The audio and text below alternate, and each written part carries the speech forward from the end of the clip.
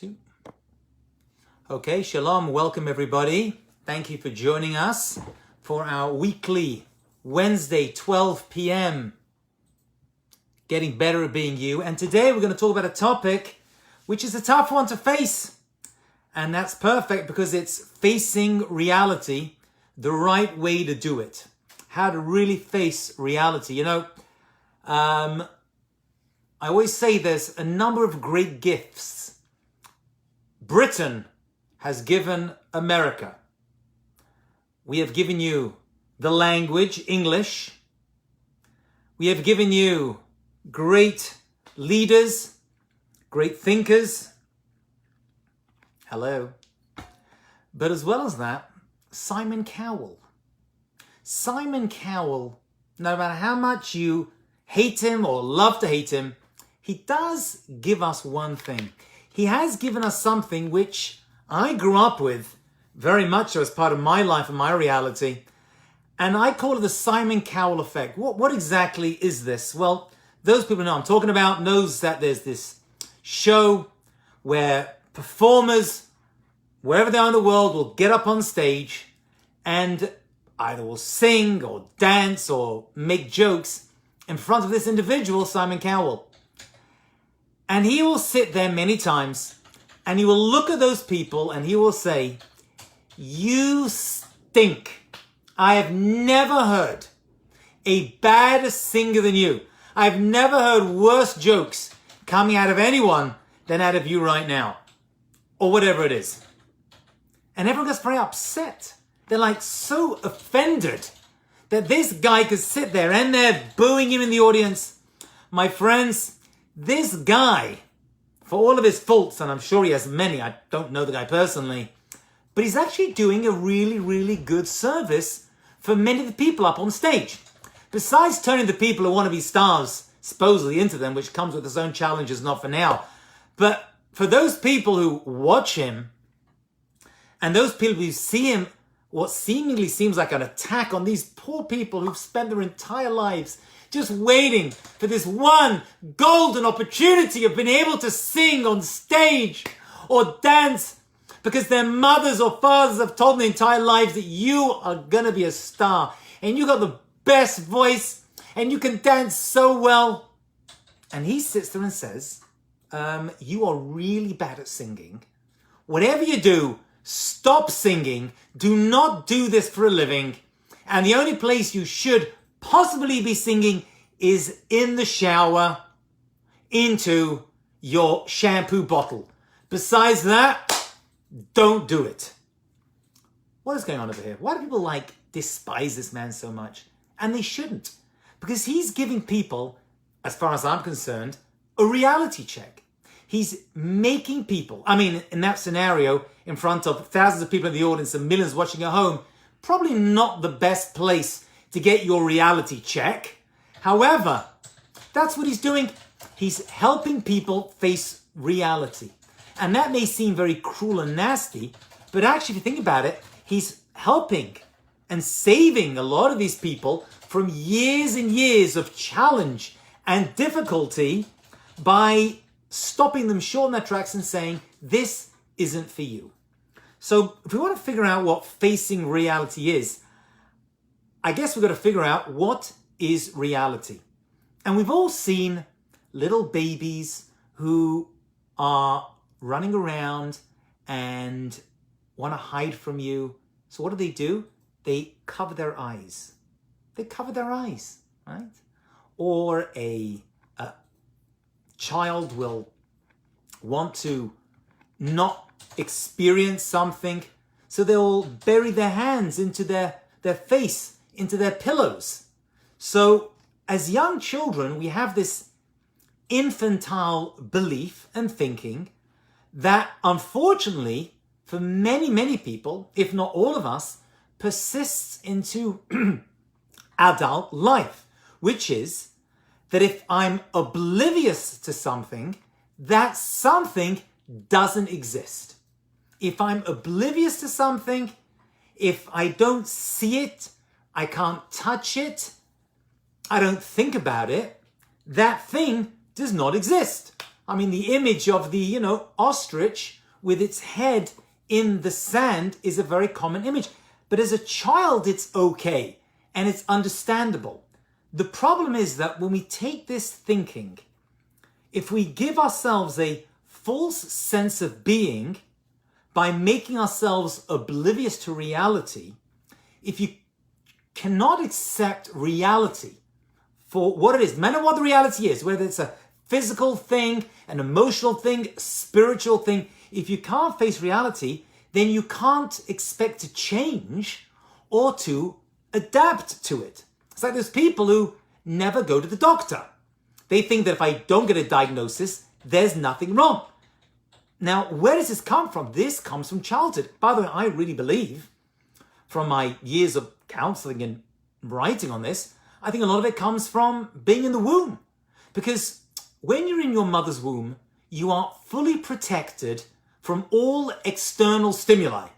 But once we leave the womb, this beautiful, warm, protective reality, we're exposed to all kinds of experiences, some pleasant and some that are really not nice at all.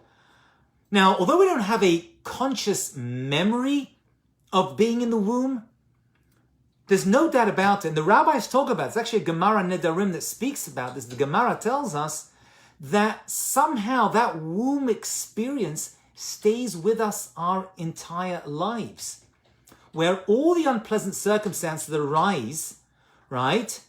What's our reaction? Well, I'll just go back to the fetal position, right? I'll just go back to where I was before, and I'm going to curl up, I'm going to suck my proverbial thumb, and all of the problems are going to away. But they don't go away. They're always there. Just trying to regress and get back into that womb-like, warm, fuzzy experience is not going to face reality. And as Simon Cowell has taught us, you've got to face the reality of your strengths, which we mentioned before, which is having good self-esteem. But today, also, what we're talking about is our experiences. So there's one basic flaw in this regressing to the fetal position, is that reality is that we don't longer have this umbilical cord that's going to constantly feed us and take care of us, and this womb is going to keep us just the right temperature. So somehow we're going to have to face reality in order for us to be able to survive and grow. I mean, sometimes we're lucky that we surround ourselves with people who treat us like a womb. They don't let anything bad happen to us. And when we're upset, they will bring us out and they're going to help cheer us up and keep us happy all the time. But that's no one's job except yourself. And not everyone is lucky to have that. And one thing you can't have is living in the womb-like experience your entire life. Now, how do people escape from reality? I just thought of a song by Queen at that point. But how do we escape from reality? Now, many people have different ways of doing that. Some people live in a world of make-believe. They create in their minds. And I deal with such people all the time. I was just telling my wife this morning, I get emails and texts and messages from people who are living in what I think is a parallel universe. They're living in a world of make-believe, where whatever problems they should be facing head on, and as we said, that's the only way to remove those challenges is to accept that they exist and to face them head on. Whether it's visiting a doctor, giving up on addiction, giving up on bad self-destructive behaviors. But many people just don't want to do. They'd rather live in this world of make-believe, right? They'd rather go to this little womb-like fetal position to hide under the sheets, right? You know, like you used to do when you were a child, right? We're scared of something in the house and we pull the duvet, the comforter over our heads. Like that's going to stop like a mass murderer with an axe get through to you. Right? It's nonsensical. But as nonsensical as it is as hiding under your comforter thinking no one's going to attack you in your house, is taking a proverbial comforter, right, of bad behavior, of make-believe, of self-destructive actions, and thinking that's going to protect us from the reality that we are we are facing. So don't try to impress other people with this world of make-believe, because it's just not going to work. Okay? I mean, one of the things we do to escape from reality of facing it is we'll use alcohol and drugs and sex and various other things to just, I can't face reality, so I'm going to do whatever I can to, as the expression goes, very accurate one, to get me out of my head. And people will get involved in the craziest, most unhealthy relationships and scenarios and jobs just to get themselves out of the reality of what they're seeing in front of them right now. I mentioned this story before, and I apologize if you've heard it, but it's worth hearing again. I used to be involved in drug counseling for teenagers. I went through a certain period where I was employed by the county to work with young teens, and I was involved with an organization. And I was once together with a group of young teenagers with a fellow counselor, and we had an idea. We would offer these kids a drug. And now these were kids who were taking drugs as it was, and many of them were on the road to recovery. And we promised these kids that this drug was going to give them an amazing high. It was going to give them the best. And not only that, $1 a pill. You can imagine the excitement that these kids had at the experience of this person giving them a drug. And I pulled out a pile of colored pills from my pocket. I said, here's your pills. Everyone there wanted to grab one of these pills, right? Who doesn't, you know? What was amazing is that I stopped them from doing it. I said, just, there's a catch. There's a catch. And that is, you can take this pill, but the high from this pill is not going to kick in for 24 hours. For 24 hours, you're going to feel nothing at all. But in 24 hours, I promise you, that amazing high is going to take you out of this world. Not one of those kids took a pill. Why not? Because if I'm in distress and I'm in pain and I want to have a distraction now, I want that high right now, whether it's that pill or that drink or that argument or that anger or whatever we're dealing with, and we're all dealing with stuff. But ultimately, the bad actions that we make and bad decisions, many of them are just stemming from us not willing and able to face reality. And reality is there to help you change and adapt. I mean, one of the other ways I've seen, which is not so obvious, is what I call the pity party. You got to stop the pity party. There are people that we know. I mean, it goes back to our childhood, right? Most people walk around and they'll fall over as a child and they'll scrape a knee and they will start to cry or feel sorry for themselves. And then usually a parent or a lover will come along and stroke their head and give them a kiss, as they should do, and wipe away, the blood and put a Band-Aid on. And that's okay for a young child. The problem is that this eventually becomes a problem for us when we take this into adulthood. I'm using both, I'm sorry, in my room, yeah. It ends up becoming a problem when we take to adulthood, and as soon as anything bad happens, we can't face the pain, physical or emotional or psychological pain, until someone comes along and strokes our heads and says, oh, my little boo-boo, I know you're feeling terrible. Here's a little kiss to help you feel better about it. Now, some of us will have people in our lives who will do that for us. I mean, if you have someone in your life who does it for you all the time, there's probably a problem, because you've never had the chance to experience growth through pain. I heard a beautiful analogy for this. Such a powerful analogy. I heard this from one of my great mentors, Dr. Abraham Tversky. And he says something very, very powerful. He says he was once in a waiting room reading a magazine. Remember those days when we used to actually touch magazines in waiting rooms? Before we had phones, now we wouldn't dare of touching the magazine that anyone else has touched. And he says there was an article on how lobsters grow. How do lobsters grow? They have a hard shell. I always assumed that the shell of the lobster grows together with the fleshy bit inside. But supposedly, from what I read, that's not true. What actually happens is that the baby lobster has a small baby shell. Just thought of baby lobster, so cute, right? Little baby lobster has a baby shell on it. And eventually the flesh inside starts to grow and starts to push against this small mini shell, this husk.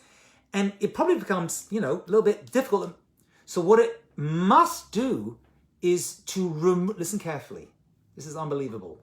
To remove the shell, hide, because now its protective cover has been removed, and it's got to be able to hide it, which it does. It secretes itself in stone or rocks or some area to protect itself. It buries itself, and then it grows some more, and then a new larger shell takes form over this little fleshy lobster that has now grown to a bigger size.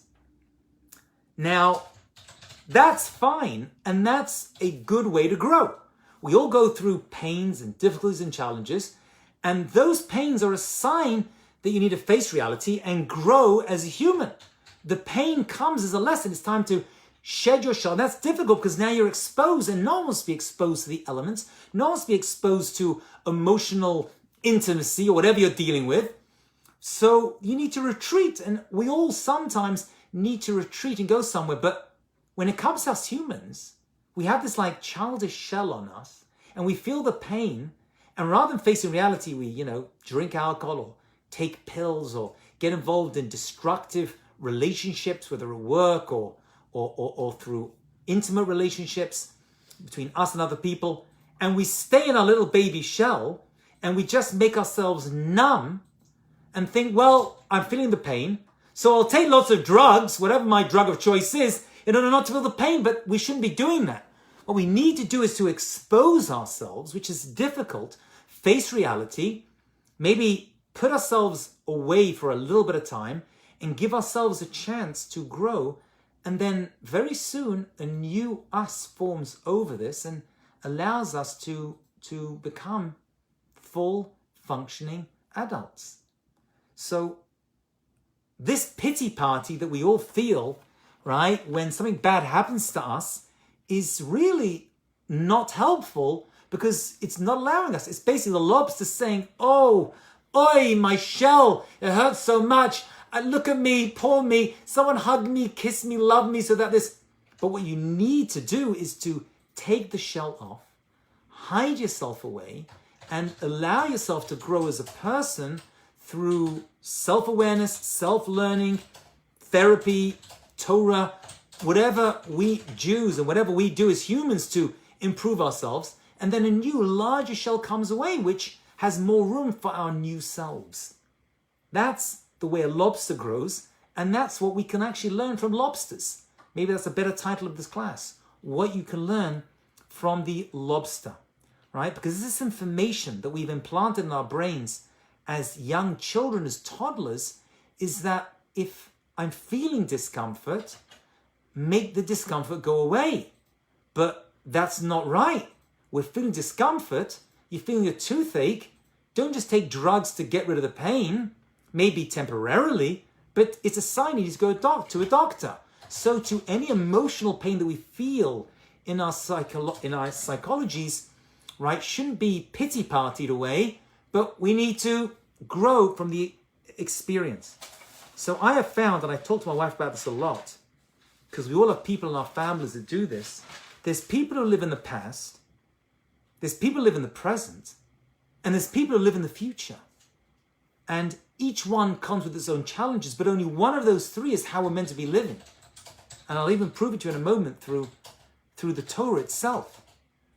We see that people who constantly live in the past, not learn from the past. Learning from the past is a good, healthy thing to do. I only know what I shouldn't be doing by seeing how that thing affected me in the past. But many people don't do that.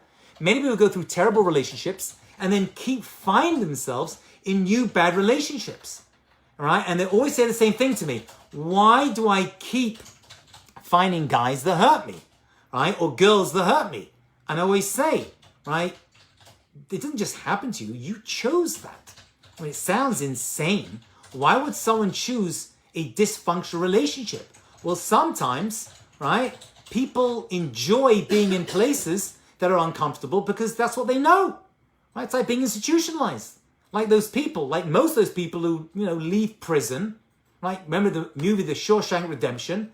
Right? The people leave prison and then they end up reoffending to go back in because being in prison is uncomfortable, but at least it's a pain that I'm used to and I know what to expect. But facing reality of freedom is very, very difficult.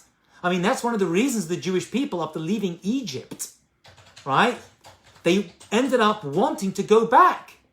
And you read the words of the Torah when it tells us that the Jewish people left Mitzrayim and then complained to God about the bad food they were eating in the desert and said, let's go back to Egypt with actually better food. It's like, are you nuts? Why would you want to go back to being a slave? It doesn't make sense. Actually, majority of the Jewish people didn't even leave Egypt because they just couldn't face the reality that the desert and a life of Torah and living in Israel would actually bring to them. So what ends up happening to most people? They end up wanting to stay in their own personal slavery, their own personal Egypt. But God took us out. But I don't want to be out. I don't want to face the reality of the Midbar. I'd rather be a slave because slaves lack responsibility. They lack the ability and the wherewithal to face reality.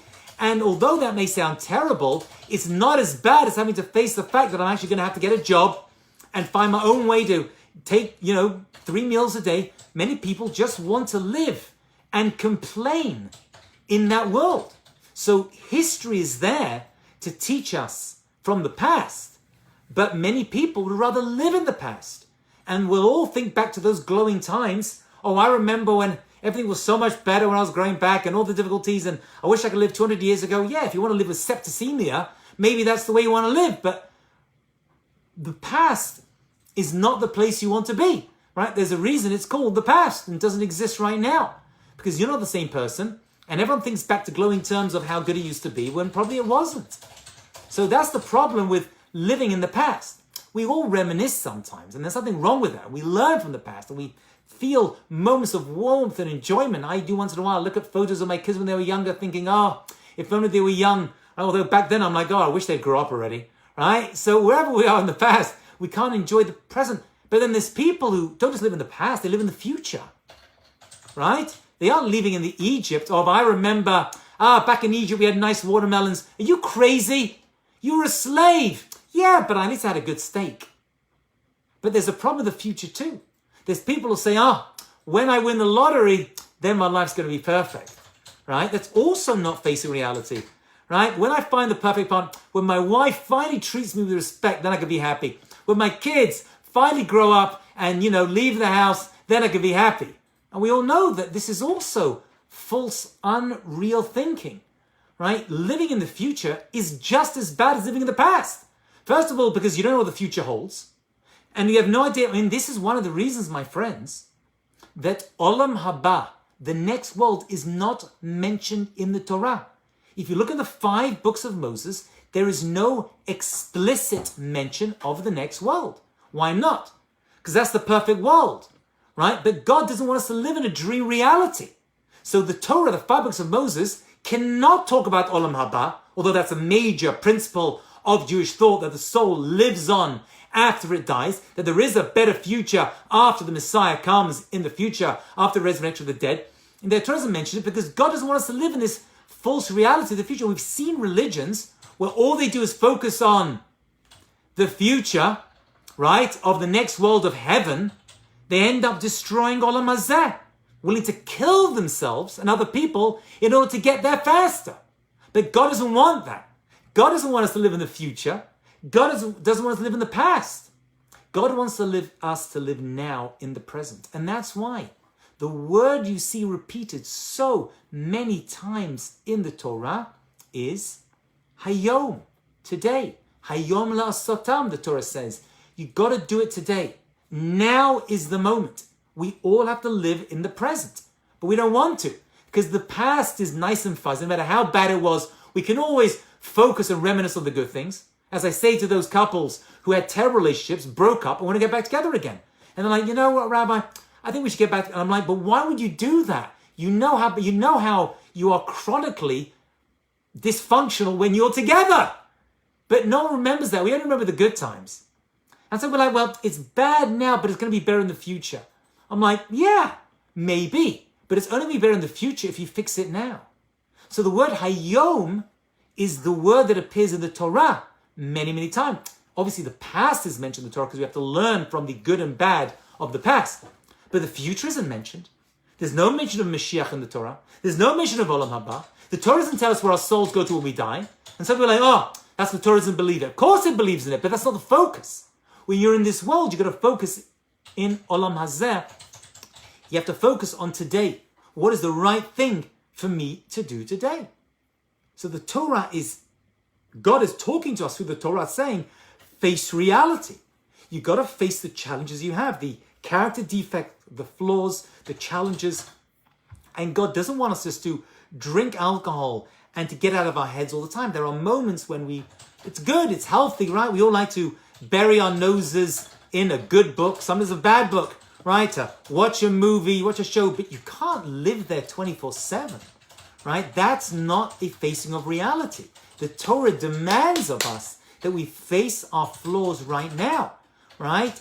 Not to do that would be as foolish as living in a dream world of falsehood. And so we need to adapt to the present, right? The future is very easy to accept. I can think about all the wonderful things that are coming up, and we can all fantasize to our heart's content, right? And reality doesn't stand in the way of that because it hasn't happened yet. It's in the future, right? We can all think about the amazing money we could win or the business that, right? And we can all look back upon all the problems I have now because of the past, right? And if I would have been treated better by my boss and treated better by my wife or my kids or my spouse or whatever it is, then my life would be better now.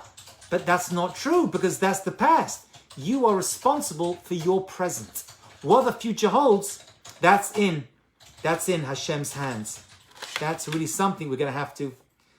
So you can't get lost in abstractions.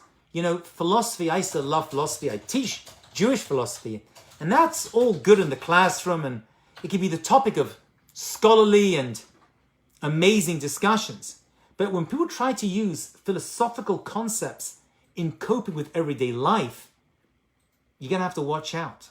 And counseling hundreds of people over the years, I can see people who live in philosophical abstractions rather than really facing reality, okay? Some people can effectively fool themselves by espousing noble ideas and principles, although in real life, they don't give any indication of practicing them at all, right? A lot of people talk big, but when it comes down to it, I mean, I'll sit in counseling sessions with a girl who will say, I know this relationship is not good, I know this friendship isn't good and it's destroying me.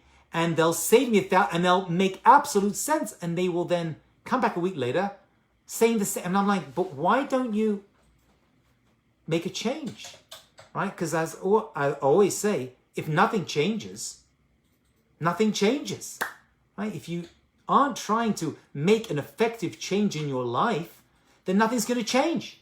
I mean, you could talk about it all day. And people are great, amazing at talking about their problems. And people are amazing at escaping reality from their problems. But I guess we said, right? These philosophical principles that we all espouse and we're all great at it and waxing lyrical, at some point, you're going to have to, put the proverbial drink down or the real drink down and face the reality, right? I mean, if you believe in charity, then do charitable acts. Right? If you believe in equal rights, then treat everyone equally. If you believe in loving a fellow human being, then show me how you manifest your love. Right? You've got to live it rather than just talk about it. Right? Facing reality is doing something about it. Right? And not living in this, the theory of the world. I mean, this is one of the reasons that I think people are obsessed with parallel universes. Yeah? Because people just don't want to believe that this is their universe. So they'll talk about a multi-universe. Maybe a multiple universe exists. Maybe it doesn't. Maybe there's a me right now in a parallel universe who made a different decision and ended up with a different wife, heaven forbid, and different kids. But that's just not reality. You can't live in that world. Right? That's not the world. You've got to allow your expectations to be real. But for most people, they hate themselves so much they're not willing to look at themselves, right? They have such low chronic and despairing low self-esteem that they can't even face the reality that is in front of their very eyes. And so one of the things that we all need to do, and this is part of any spiritual growth mechanism, is don't be afraid to change, you know? And many people are afraid to change. I've been in this, and I spoke to a therapist friend of mine about this. And I said that I'm working with someone, I'm counseling them, and we're working through a problem, and we seem to be making great headway. And then they just stop talking to me, right? They just completely cut off any communication. And I didn't understand they were making such great progress, right? And the reason is that people do this, and this is very, very common. We all do it in some form or another, right? Is that they recognize that the treatment is actually going to force a change in their behavior, and they become so terrified of this change that rather than changing, they just stop the treatment, right? It's like when someone's making very, very good sense, right? Something like, okay, could you just shut up now, right? Because I know you're saying it makes sense. I'm not ready to adapt or to change based upon what you're telling me, so I'll ignore it. And I'll just put my mind in another parallel universe until this thing goes away. And sometimes time does heal. There is something to be said for letting that thing just kind of linger on. And many times problems and things we worry and panic about in the present do go away. But you know what, my friends?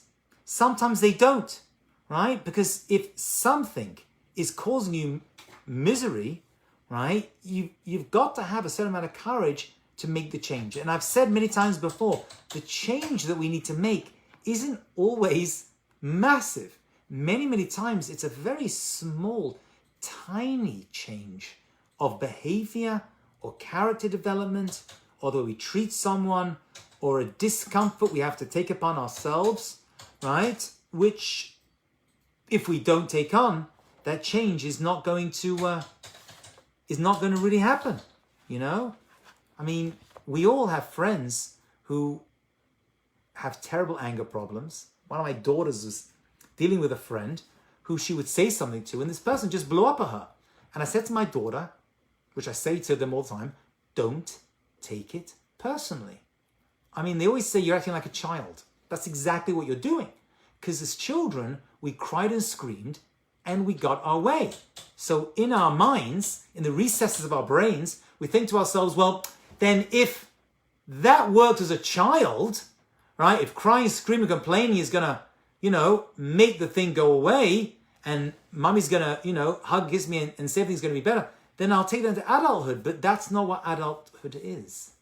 Adulthood is, as we said, taking the mask off, facing reality, and there needs to be a change. So I tell my daughter that people act like children, forget like animals. People act like children and think that if I cry, scream, I'm going to get my way, right?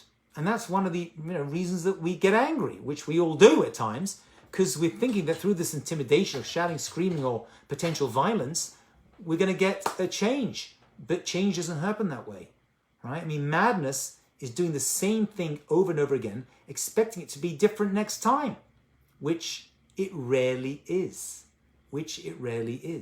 okay? And I always say, don't be afraid to try, right? When you try something, there's two possibilities. You'll succeed or you'll fail. Most people are not even willing to potentially take on the possibility of change, of fear that, I'm going to fail. They won't allow themselves to get into an emotional relationship. They won't allow themselves to get involved in a good, healthy friendship or job and things, because they're afraid that eventually I'm going to get hurt, right? Now they're projecting onto their present of a potential failure in the future. So you can't live in the future in terms of, win the lottery, it's all going to be okay, because you won't. And you can't live in the future of everything's going to be terrible, because it may not be. But unless you try to break through that, right, that fence that is holding you back from a potential much better future, whether it's a job, a relationship, a friendship, right? Then, or starting an exercise, whatever it is, it's not going to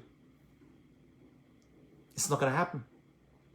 And so we define reality as not burying your head in the sand, not covering your eyes like a little child, right? When something's scary, not covering your head, God bless you, with a comforter over your head, right? If treatment is needed, then treatment needs to be gained and needs to be taken. Because, as I've said, if nothing changes, nothing changes.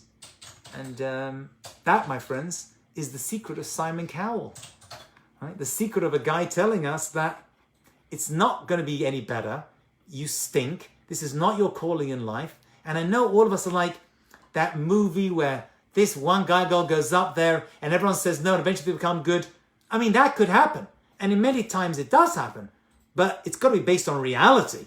Right? I mean, I've now come to the reality that I'm not going to become a professional tennis player. You know what? I tell my wife, I'm over it. Right? It's just not my tough kid. That's not my mission in life. And people need to have a strong sense of self-awareness. And many times they don't have that. We need an outside party to reveal to us that this is what you need. Right? Just like the Jewish people in the desert need to be told that looking back at Egypt, you may think that was the best place to be. And looking forward to the promised land. But right now you're in the desert and this is the place of growth. And this is the place of growth. And maybe that's one of the reasons that the Jewish people never even entered into Israel in the Torah. Right? The record of the Jewish people entering into Israel didn't happen in the Torah. It happened in the next book of Joshua. Because the Torah is not interested in you arriving in your own personal promised land, but working on the desert and challenge and difficulty, because the journey itself, the face of reality, is itself the personal destination. Okay? Thank you everyone for joining us. We'll be back Tuesday night. I'll be giving my second part of our Hanukkah class. That's Tuesday night at 8 p.m. Talking about the menorah, the miracle of the oil that lasted for 8 days of Hanukkah. And wish you all a successful and healthy week. Thank you all. Bye.